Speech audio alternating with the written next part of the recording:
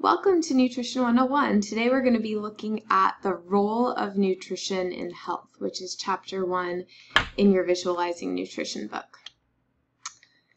So nutrients, this whole book is about the nutrients. What do they do? How are they digested and absorbed and metabolized? Where do they end up and how do they affect health? So nutrients have three major functions. They provide energy. Calories are a measure of energy. They provide structure and they regulate body processes. We have three nutrients that provide energy, which are carbs, protein, and fat.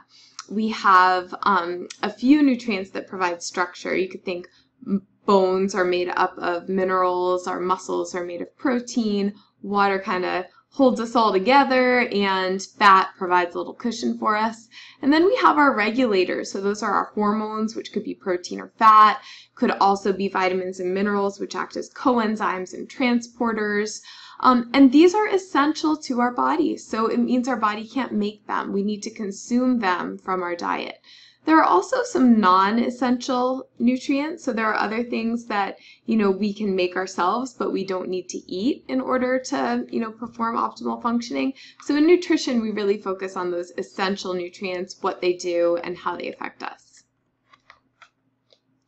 When we look at what it means to be healthy, in Nutrition 101, we often talk about nutrient density. Now, nutrient density is like how many nutrients per calorie can you get into your diet. So, for example, if we looked at, sweetened iced tea versus low-fat milk, you can see that sweetened iced tea and low-fat milk both have a little over 100 calories if you're looking at cup for cup. However, when you look at the nutritional punch that low-fat milk packs, you can see that it packs in calcium, vitamin D, vitamin A. There's tons more nutrients, especially those micronutrients in that low-fat milk, than the sweetened iced tea. So it would be considered a more nutrient-dense version, whereas sweetened iced tea would be considered the opposite, or energy-dense.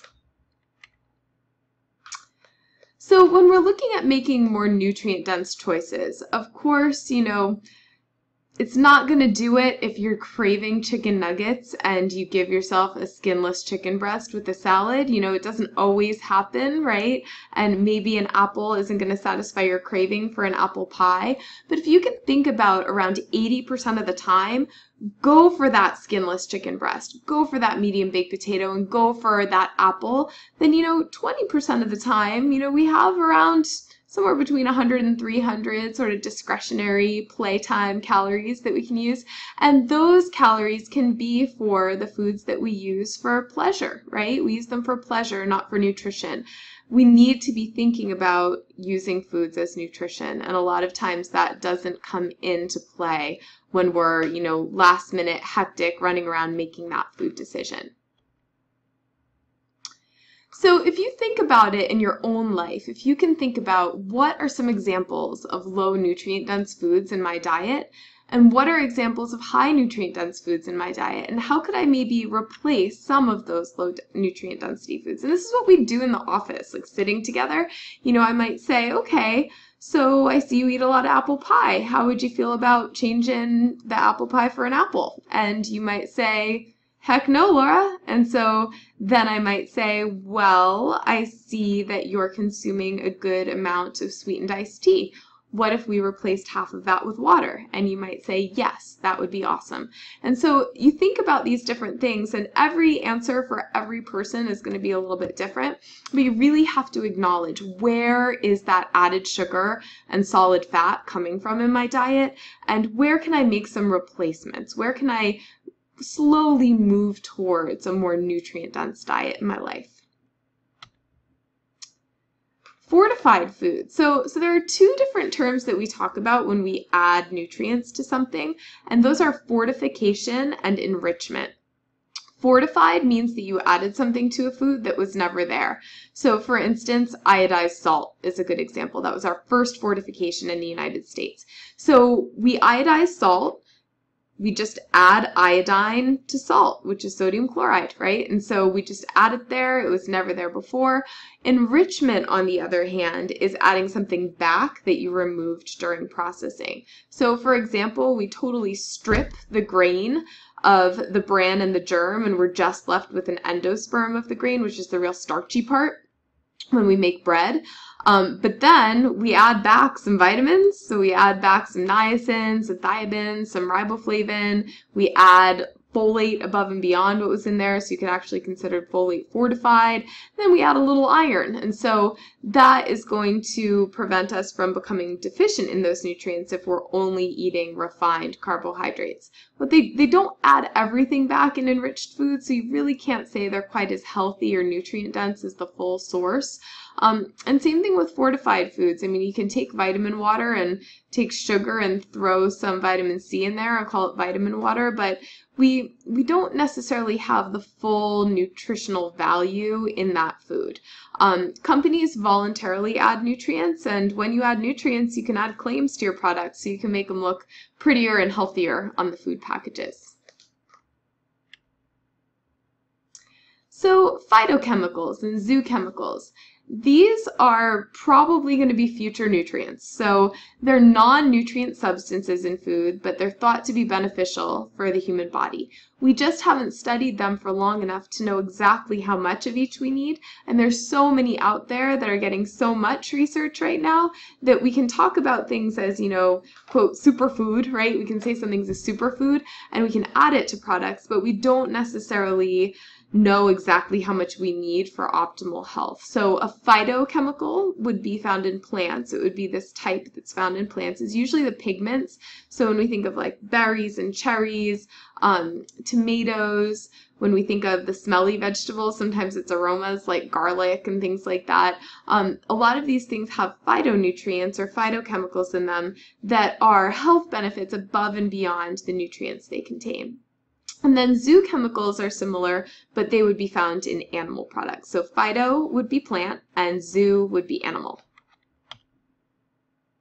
So here are some examples. So you can see soybeans are a source of phytoestrogens. That causes a lot of controversy. We'll talk about that in chapter 6.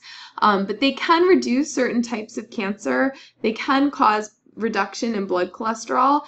There's a little bit of, mistrust about soy in the community because of its genetic modification and because it those phytoestrogens could throw off some hormone balance in some people's research, and so we'll talk about that, as I said, in chapter 6. Then we can see, the flavonoids. That's your red wine, your purple grapes, your berries, and those will help prevent oxidative damage, reduce the risk of cancer and heart disease. We have some yellow and orange fruits. They're rich in carotenoids, and that helps prevent damage from our cells. And then also garlic, broccoli, onions, they have some sulfur-containing phytochemicals. Those are the smelly ones, and they might help with immune function and then also help to prevent some cancerous properties in the body. So if we look at functional foods would be foods that contain a good amount of phytochemicals, right? So they provide health benefits above and beyond just the simple functions of the nutrient. So this is where you can put some health claims on a product. So salmon contains a good amount of omega-3 fatty acids. You could say it helps to prevent heart disease. Oatmeal contains lots of soluble fiber. You can say it helps to lower cholesterol. And broccoli contains a good amount of phytonutrients that help to prevent cancer and oxidative damage. And then we have designer foods. So these are the foods that we make in a lab and we throw a bunch of nutrients in them and then we put some claims on them. So those are our designer foods or nutraceuticals. If any of you decide to go into food science, you could be a food designer. They do have these things as a field of study and a job, a future job, and they make a good amount of money designing foods with added nutrients so then they can promote health benefits. So water with added vitamins, which we call vitamin water, right? We have margarine with some added plant sterols, orange juice with added calcium.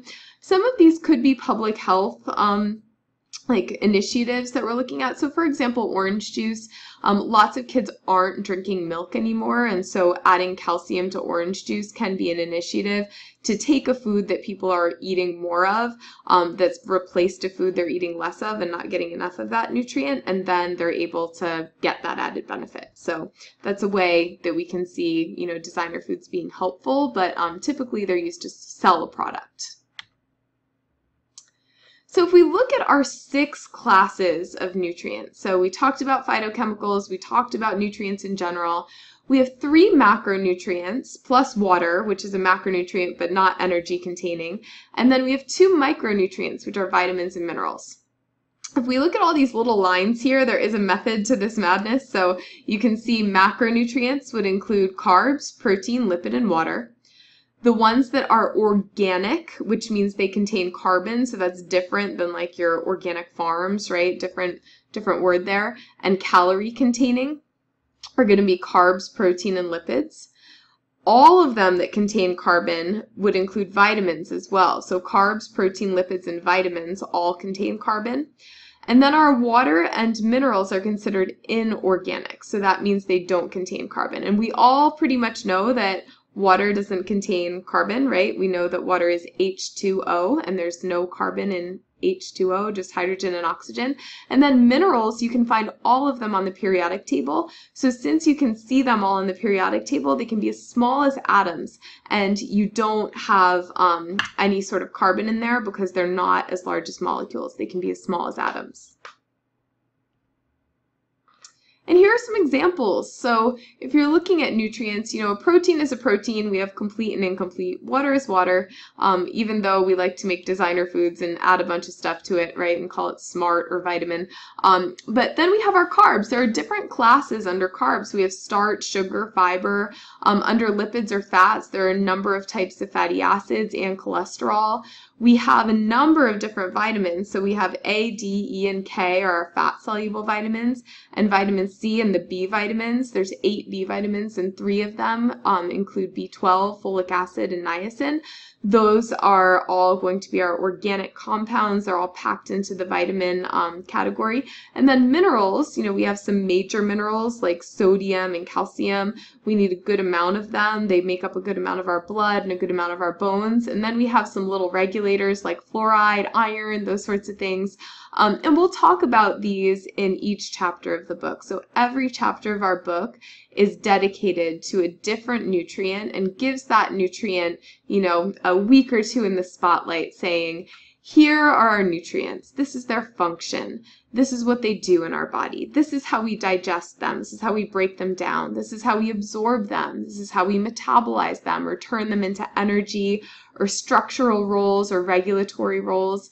And then here's how you eat them for a good healthy diet. This is what they're going to look like in terms of your overall health if you overconsume them or underconsume them or consume the right amount. So that is going to be our semester, really looking at each of these nutrients and examining how they work in our body and their structure, function, all those sorts of things. So that is a little intro to Nutrition 101, Chapter 1. Stay tuned for Chapter 1, Part 2.